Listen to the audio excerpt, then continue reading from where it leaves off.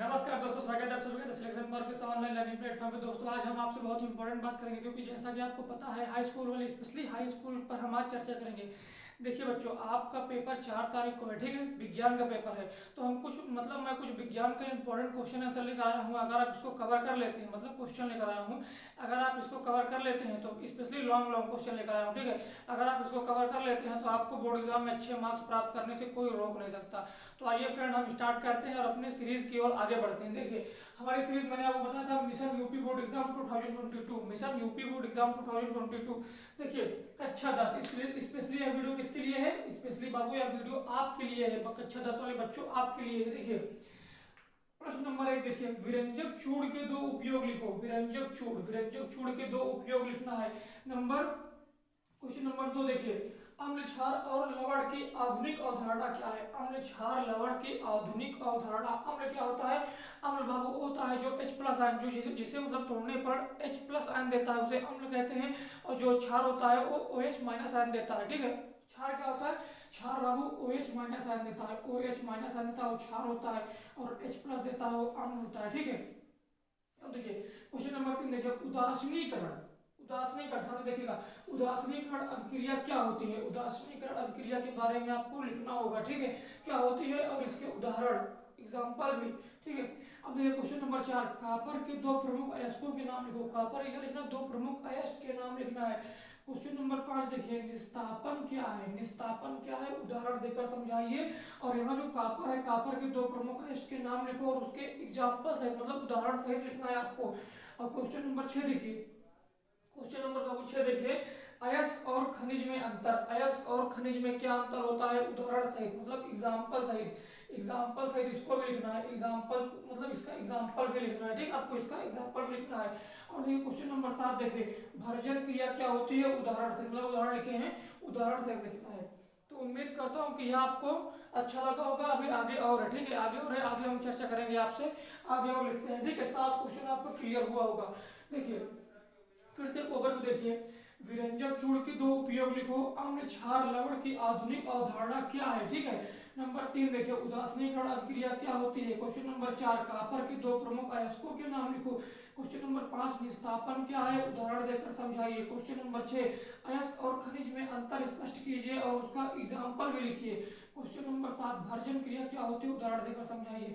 यह तो पूछेगा बाबू आपसे निस्तापन क्रिया क्या होती है, उदाहरण देकर समझाइए। तो पूछेगा बाबू आपसे भर्जन क्रिया क्या होती है, उदाहरण देकर समझाइए। तो आपको बढ़िया उदाहरण देकर समझाना होगा। तो आइए हम आगे की चर्चा आगे करते हैं।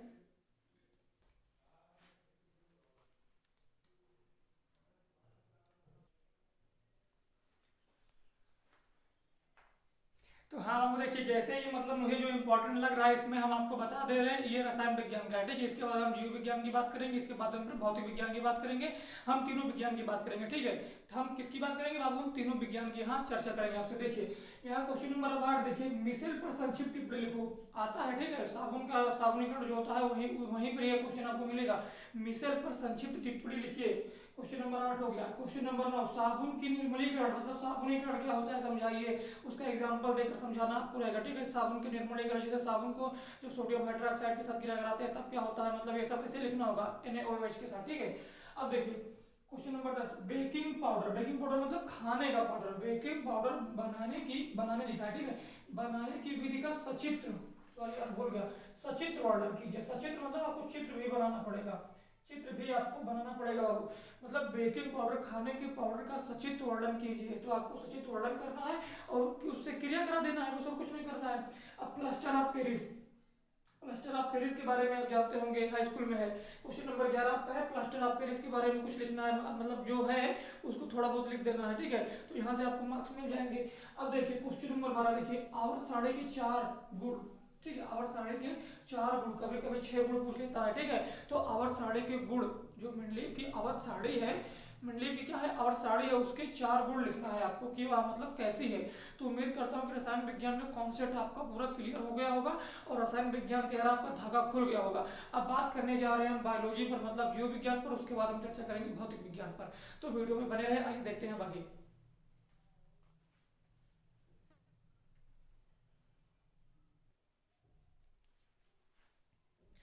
तो हाँ भाई दोस्तों अब हम बात करने जा रहे हैं जीव विज्ञान के बारे में। यहाँ चर्चा करेंगे किसके बारे में बाबू? यहाँ हम चर्चा करेंगे जीव विज्ञान के बारे में, बायोलॉजी के बारे में, बायोलॉजी के बारे में। ठीक है, तो ये हमारा क्या, ये हमारा है जीव विज्ञान का, जीव विज्ञान।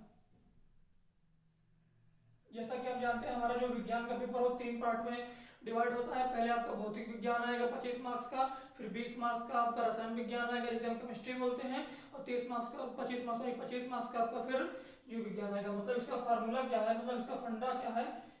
25 20 25, 25 25 50 20 70, मतलब फिजिक्स। पी मतलब फिजिक्स, सी मतलब केमिस्ट्री, ठीक, और बी मतलब बायोलॉजी, तीनों मिक्स होता है। ठीक है, समझ गए होंगे आप। देखिए इसमें जो है, इसमें मतलब लघुत्तरी और अति लघुत्तरी दोनों मिक्स है। ठीक है, शुरू के 4-5 है जो लघुत्तरी हैं, और सॉरी अति लघुत्तरी हैं, और शुरू मतलब नीचे से 3-4 जो हैं वो हमारे क्या है, वो हमारे बाबू हैं लघुत्तरी। ठीक है, देखिए प्रकाश संश्लेषण किसे कहते हैं? क्वेश्चन नंबर 1 बाबू, प्रकाश संश्लेषण किसे कहते हैं? क्वेश्चन नंबर 2, श्वसन को प्रभाषित करो। श्वसन को क्या करो? प्रभाषित करो, मतलब श्वसन किसे कहते हैं, मतलब वही लिखना है। और देखिए क्वेश्चन नंबर 3, डीएनए और आरएनए में अंतर स्पष्ट कीजिए। ये बाबू कोई फिक्स नहीं है, या तो आपको 2 नंबर में पूछ लेगा, या तो आपको 3 या 4 नंबर के जो आता है उसमें पूछ लेगा। ठीक है, तो डीएनए आरएनए में अंतर स्पष्ट कीजिए। रुधिर लसिका में अंतर स्पष्ट कीजिए। रुधिर और लसिका में अंतर स्पष्ट कीजिए। धमनी शिरा में अंतर स्पष्ट कीजिए। धमनी और शिरा में अंतर स्पष्ट कीजिए। क्वेश्चन नंबर 6, हीमोग्लोबिन पर टिप्पणी लिखिए। हीमोग्लोबिन, हीमोग्लोबिन क्या है? जिसके कारण हमारे शरीर का खून क्या होता है, लाल होता है। उस पर हमें क्या लिखना है, उस पर हमें क्या लिखना है आपको? टिप्पणी लिखना है। ठीक है, और देखो क्वेश्चन नंबर 7, यकृत के प्रमुख कार्य लिखो। यकृत के क्या लिखो? प्रमुख कार्य लिखो। जो हमारा लीवर होता है उसके कार्य लिखो, क्या करता है, मतलब कैसे भोजन को डाइजेस्ट करता है, उसके बारे में हमें लिखना है। अब देखो क्वेश्चन नंबर 8, मानव के पाचन तंत्र, मानव के पाचन तंत्र का चित्र बनाओ। देखिए यार, चित्र तो आपको बनाना पड़ेगा। चित्र आपको बनाना मतलब चित्र आपको बिना प्रैक्टिस के यार आप नहीं बना पाएंगे। और एक बात और, चित्र बनाना है, ठीक है, चित्र बनाना है, और चित्र में जो नेमिंग होता है ना, नेमिंग भी करना है यार। नहीं चित्र आप बना दिए और नेमिंग नहीं किया तो मार्क्स बाबू नहीं मिलेगा। चित्र बनाने के साथ साथ उसका नेमिंग भी करना है, कहाँ क्या है, ठीक है, उसके बारे में भी हमको क्या करना है, लिखना है। और क्वेश्चन नंबर 9, कायिक प्रारूप किसे कहते हैं? कायिक प्रारूप लिखा। ठीक है, वहां अगर दिख नहीं रहा होगा तो मैं आपको बता दे रहा हूँ, कायिक प्रारूप, कायिक प्रारूप किसे कहते हैं। ठीक है, तो उम्मीद करता हूँ कि यह आपको जीव विज्ञान का जो सिलेबस है आपको पसंद आया होगा और अच्छा लगा होगा। तो आइए एक ओवरव्यू हो जाए। देखिए प्रकाश संश्लेषण किसे कहते हैं? श्वसन को प्रभाषित कीजिए। डीएनए और आरएनए में अंतर स्पष्ट कीजिए। रुधिर और लसिका में अंतर स्पष्ट कीजिए। धमनी और शिरा में बाबू अंतर स्पष्ट कीजिए। हीमोग्लोबिन पर टिप्पणी लिखिए। यकृत के प्रमुख कार्य लिखो। मानव के पाचन तंत्र का चित्र बनाओ। और कायिक प्रारूप किसे कहते हैं? अब हम बात करेंगे जीव विज्ञान के लॉन्ग क्वेश्चन पर, लॉन्ग क्वेश्चन पर। ठीक है, जो हमारा आता है कितने मार्क्स का? जो हमारा आता है बाबू 7 मार्क्स का। जो यार स्कोरिंग क्वेश्चन है ना 7 मार्क्स का यार, 7 मार्क्स अगर इसको करोगे तो 2 करोगे तो इतना मिलेगा, 3 करोगे तो 7 मार्क्स मिलेगा। उसको तो यार आप अगर आप कंप्लीट कर लेते हैं, एक ही करेंगे 7 मार्क्स मिलेगा। आइए हम उस पर बात करते हैं। ठीक है,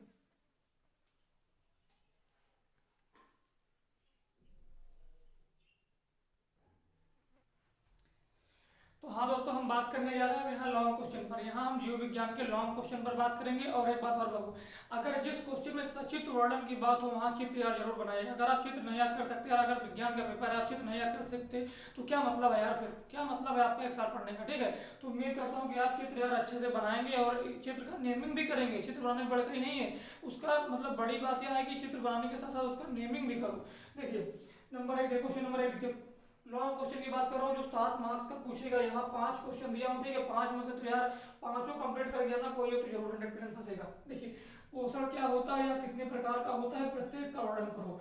फिर से देखिएगा, पोषण क्या होता है या कितने प्रकार का होता है, प्रत्येक का वर्णन करो। क्वेश्चन बैंक में बाबू ढूंढ लो, मिल जाएगा। अब देखिए क्वेश्चन नंबर 2 देखिए, मानव के हृदय के आंतरिक संरचना की क्रिया विधि का सचित्र वर्णन कीजिए। अब देखिए सचित्र मतलब चित्र, सचित्र जहां भी अगर सचित्र कहता है तो आप यार चित्र जरूर बनाइएगा। मानव के हृदय के आंतरिक मतलब हृदय के अंदर का चित्र जरूर बनाइएगा और उसका नेमिंग भी जरूर करिएगा और उसकी क्रिया विधि लिख दीजिएगा कि मतलब कैसे काम करता है। तो हो गया बस। अब क्वेश्चन नंबर 3 देखिए, निषेचन पर टिप्पणी लिखिए। निषेचन क्या होता है उस पर आप टिप्पणी लिखना है। क्वेश्चन नंबर 4 देखिए, मेंडल के आनुवंशिकता की विवेचना कीजिए। मेंडल के जो है, जो ग्रेगर जॉन मेंडल थे, उनके आनुवंशिकता की विवेचना कीजिए। क्वेश्चन नंबर 5, लिंग गुणसूत्र पर टिप्पणी लिखिए। लिंग गुणसूत्र पर क्या लिखिए बाबू, टिप्पणी लिखिए। उम्मीद करता हूँ कि विज्ञान का आपका धागा खुल गया होगा, मतलब विज्ञान के जीव विज्ञान पोर्शन का, रसायन विज्ञान और जीव विज्ञान के पोर्शन का आपका धागा खुल गया होगा। अब हम आपके धागा खोलने जा रहे हैं यार भौतिक विज्ञान के पोर्शन का, और उसमें इंपॉर्टेंट क्वेश्चन बताएंगे, उसको कवर कर लीजिएगा। और आराम से अभी आप 30 तारीख है, 31/1/2/3, 31/1/2/3, अभी हमारे पास 4 दिन है, 4 दिन में कंप्लीट कर सकते हैं। अगर आप यार ऐसा तो है नहीं कुछ नहीं पढ़े होंगे, कुछ तो पढ़े होंगे। अगर हाँ एक बात और, अगर आप कुछ नहीं पढ़े हैं तो ठीक है, अगर जो आपको आता हो लिख के ना, लेकिन यार प्रश्न छोड़ के मत आना, आपसे हाथ जोड़कर विनती कर रहा हूँ बाबू, प्रश्न छोड़कर मत आना, जो आता हो लिख के आना। अगर कोई मतलब उससे रिलेवेंट लिखोगे तो मार्क्स मिलेगा। ऐसा नहीं है कि बोर्ड एग्जामिनर मार्क्स नहीं देते। अगर जैसे कोई क्वेश्चन पूछा, जैसे कि लिंग सूत्र पूछा है, ठीक है, अगर आप उसके रिलेवेंट मतलब उसके अनुसार लिखोगे तो मार्क्स मिलेगा, कुछ मतलब मिलता जुलता, अगर उसके रिलेवेंट लिखोगे तो मार्क्स मिलेगा। आइए हम बात करते हैं भौतिक विज्ञान पर।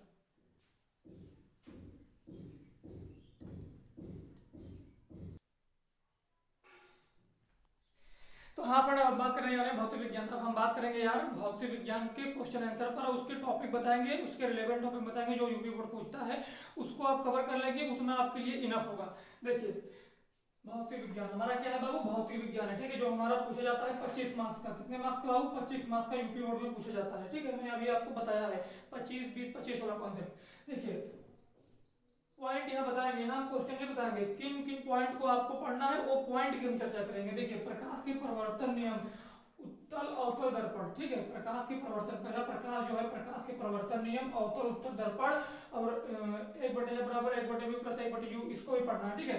अब देखिए पॉइंट नंबर 2, ठीक है, नेत्र की संयोजन क्षमता, नेत्र की क्या, नेत्र की संयोजन क्षमता, निकट दृष्टि दोष के बारे में बाबू आपको पढ़ना है। निकट दृष्टि दोष, ठीक है, निकट दृष्टि दोष, दूर दृष्टि दोष, दोनों दृष्टि दोष को पढ़ना है, निकट दूर दोनों को पढ़ना है।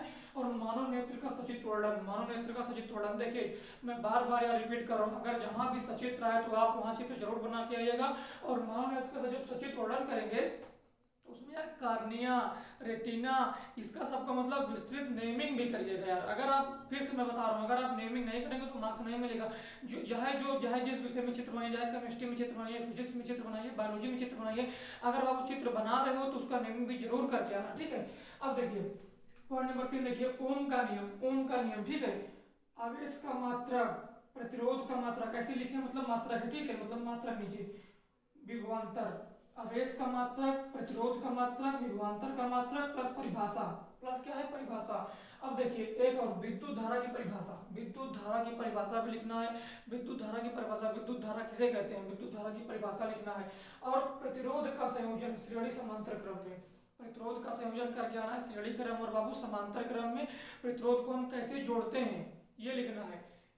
प्रतिरोध को श्रेणी क्रम में ऐसे होता है ना, R बराबर 1/R1 प्लस R2, ये हमारा श्रेणी क्रम हो गया।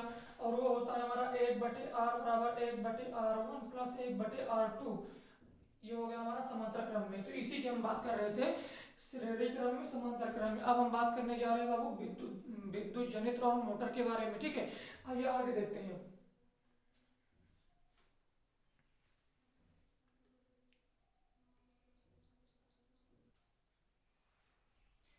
यार जिसका इंतजार था वो आ गया। ये टॉपिक तो आपको रुलाएगा नहीं, हंसाएगा यार, टेंशन मत लीजिए, ये टॉपिक आपको हंसाएगा।